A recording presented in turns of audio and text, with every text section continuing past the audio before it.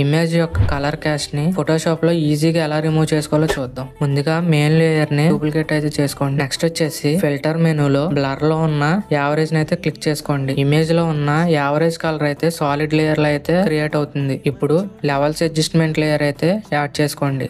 Centre లో ఉన్న grey I dropper tool ని అయితే తీసుకొని కలర్ మీద అయితే క్లిక్ చేయండి. కలర్ అనేది గ్రే లోకి అయితే మారుతుంది. ఇప్పుడు ఆ కలర్ లేయర్ ని హైడ్ చేసుకొని కంట్రోల్ షిఫ్ట్ ఆల్ట్ ఈ నొక్కారంటే అన్ని లేయర్స్ అయితే మెర్జ్ అయ్యి ఒక లేయర్ అయితే ఇస్తుంది. ఆ లేయర్ ని అయితే సెలెక్ట్ చేసుకొని సెలెక్ట్ మెనూలోకి వెళ్ళి కలర్ రేంజ్ ని అయితే సెలెక్ట్ చేసుకోండి. ఇప్పుడు సెలెక్ట్ లో వచ్చేసి స్కిన్ టోన్స్ ని అయితే సెలెక్ట్ చేసుకొని డిటెక్ట్ ఫేసెస్ ని అయితే టిక్ చేసుకోండి. మీ ఇమేజ్ కు తగినట్టు ఫజినెస్ ని అయితే అడ్జస్ట్ చేసుకొని సెలెక్ట్ ప్రివ్యూ వచ్చి వైట్ మ్యాట్ లో అయితే పెట్టుకోండి. మీ ఇమేజ్ లో ఉన్న స్కిన్ టోన్ అయితే సెలెక్ట్ అవుతుంది. కలర్ బ్యాలెన్స్ అడ్జస్ట్మెంట్ లేయర్ అయితే యాడ్ చేసుకొని మీ స్కిన్ టోన్ అయితే అడ్జస్ట్ చేసుకోండి.